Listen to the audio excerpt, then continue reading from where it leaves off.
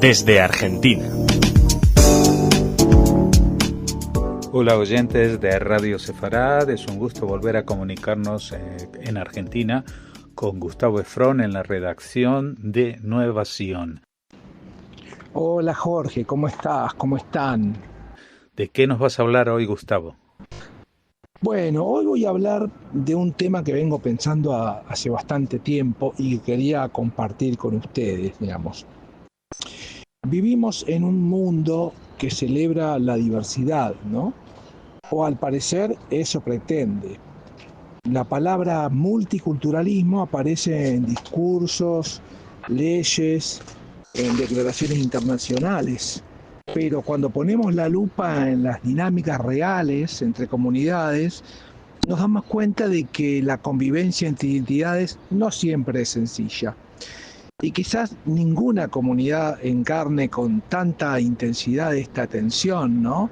Entre afirmar su particularidad y dialogar con lo universal, como precisamente nuestra comunidad judía, ¿no? Porque el judaísmo, más que una religión, una cultura, es un entramado de memorias, ¿no? Prácticas, lenguajes, pertenencias y narrativas que se proyectan a lo largo de miles de años. Y hoy, en la era de las identidades múltiples, ese legado se juega en clave global. En ese sentido, el judaísmo global atraviesa un momento complejo y paradójico. Por un lado, las comunidades judías están profundamente integradas en sus sociedades, ¿no? Activas en el campo académico, científico, cultural, político. En Estados Unidos, en Francia, en Canadá, en el Reino Unido, en Australia y también en América Latina, las comunidades judías forman parte de la trama cívica de cada país, aportando desde lo comunitario y lo individual. Pero en paralelo vemos el resurgimiento de viejas sombras. El antisemitismo vuelve a crecer en Europa, se multiplica en redes sociales y aparece incluso en sectores políticos que antes se proclamaban inmunes a este tipo de discursos. Esto pone en evidencia un límite del multiculturalismo contemporáneo. ¿Qué tan real es la aceptación de la diferencia cuando una minoría sigue siendo objeto recurrente de discursos o ataques? Ser judío implica en muchos lugares una identidad que se vive con orgullo, pero también con una conciencia de fragilidad.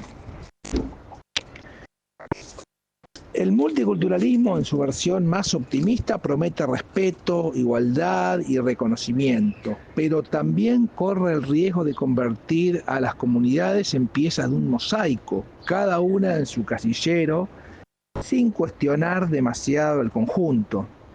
Para el judaísmo esa lógica es insuficiente, porque el judaísmo no es una identidad únicamente religiosa, ni étnica, ni cultural.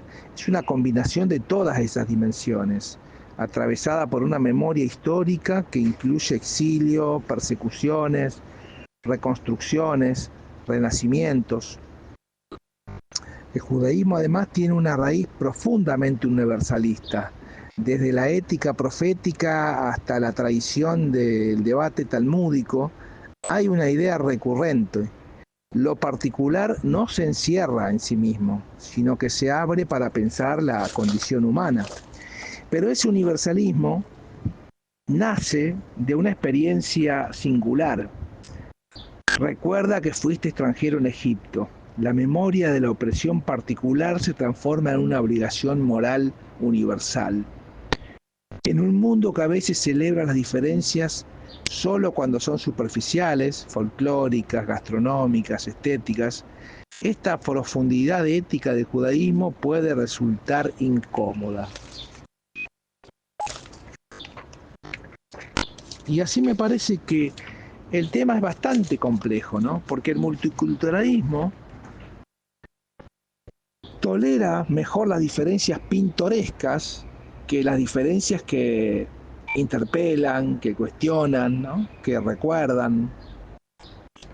Y el pueblo judío logró sostener una identidad colectiva incluso sin territorio, casi durante 2000 años.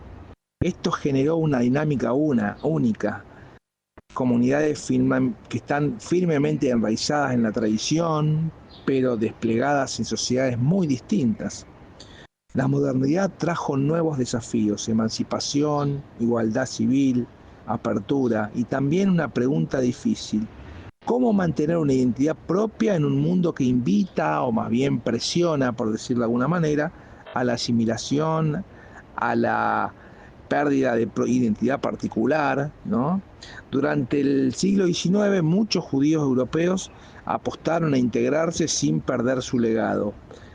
Pero el siglo XX mostró la brutal fragilidad de esta apuesta, ¿no? La Shoah destruyó no solo comunidades enteras, sino la ilusión de que la integración garantizaba seguridad. Tras la Segunda Guerra Mundial, el Estado de Israel se convirtió en un eje simbólico y político central, ¿no? Un refugio, pero también un polo identitario que reconfiguró la vida comunitaria en la diáspora. Hoy esa relación genera tensiones internas y externas, ¿no? ¿Cómo conciliar la pluralidad interna del judaísmo, ya sea religiosa, laico, progresista, ortodoxo, secular, sionista, crítico, identitario, con un mundo que exige definiciones rápidas, banderas claras, identidades sin matices? La comunidad judía argentina es un laboratorio perfecto de estas tensiones entre el particularismo y el multiculturalismo. Argentina fue y sigue siendo uno de los países donde la integración judía tomó formas originales. No fue un gueto ni una diáspora silenciosa, fue una comunidad con instituciones vibrantes, con participación cultural, con un judaísmo vivido en español, con una identidad que se mezcla con elementos locales sin perder singularidad. Hay tres elementos que se destacan en Argentina, en el caso argentino, ¿no? La integración activa, ¿no? Que ya desde la llegada masiva de inmigrantes a fines del siglo XIX, porque los judíos participaron en la vida política, económica y cultural del país y no se recluyeron en una entidad cerrada, pensaron la Argentina, discutieron públicamente, produjeron literatura, ciencia, política, etc.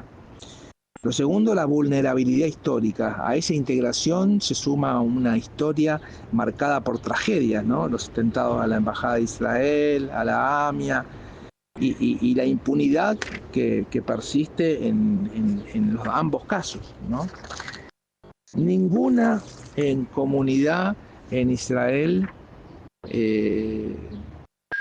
ninguna comunidad judía fuera de Israel vivió en democracia un golpe tan profundo. Eso marcó un antes y un después en la identidad judía argentina, una combinación de orgullo, resiliencia, apertura y una conciencia de fragilidad, ¿no? Que convive con el deseo de integración. ¿Cuál sería el desafío contemporáneo? En la actualidad, el judaísmo argentino enfrenta dilemas que se parecen a los globales, pero con matices propios, ¿no? ¿Cómo dialogar con una sociedad cada vez más polarizada? ¿Cómo sostener un judaísmo plural cuando crecen los discursos identitarios rígidos? ¿Cómo evitar que la vida comunitaria se convierta en un refugio cerrado, sin perder la vocación histórica de ser parte activa del país, ¿no? El judaísmo argentino siempre fue creativo, híbrido, abierto. Ese es su mayor aporte y también el mayor desafío hoy, ¿no? Y en el contexto global, con Israel como una referencia inevitable, ¿no? Y a su vez con todos los problemas y las complejidades que traen las implicancias de las políticas del Estado de Israel en nuestras realidades cotidianas, ¿no? Donde la objeción o la condena a las políticas que hace el gobierno recaen sobre nuestras propias subjetividades y nuestras propias comunidades, ¿no? Y hoy, con las identidades nacionales cada vez más complejas, las comunidades judías navegan así entre pertenencias múltiples. Ser judío implica muchas veces sostener simultáneamente una identidad histórica, una pertenencia comunitaria, una ciudadanía nacional, una relación con Israel y además una ética universalista, como siempre lo fue. Y esto no siempre encaja todo al mismo tiempo, ¿no? Pero ese desajuste también es una forma de identidad.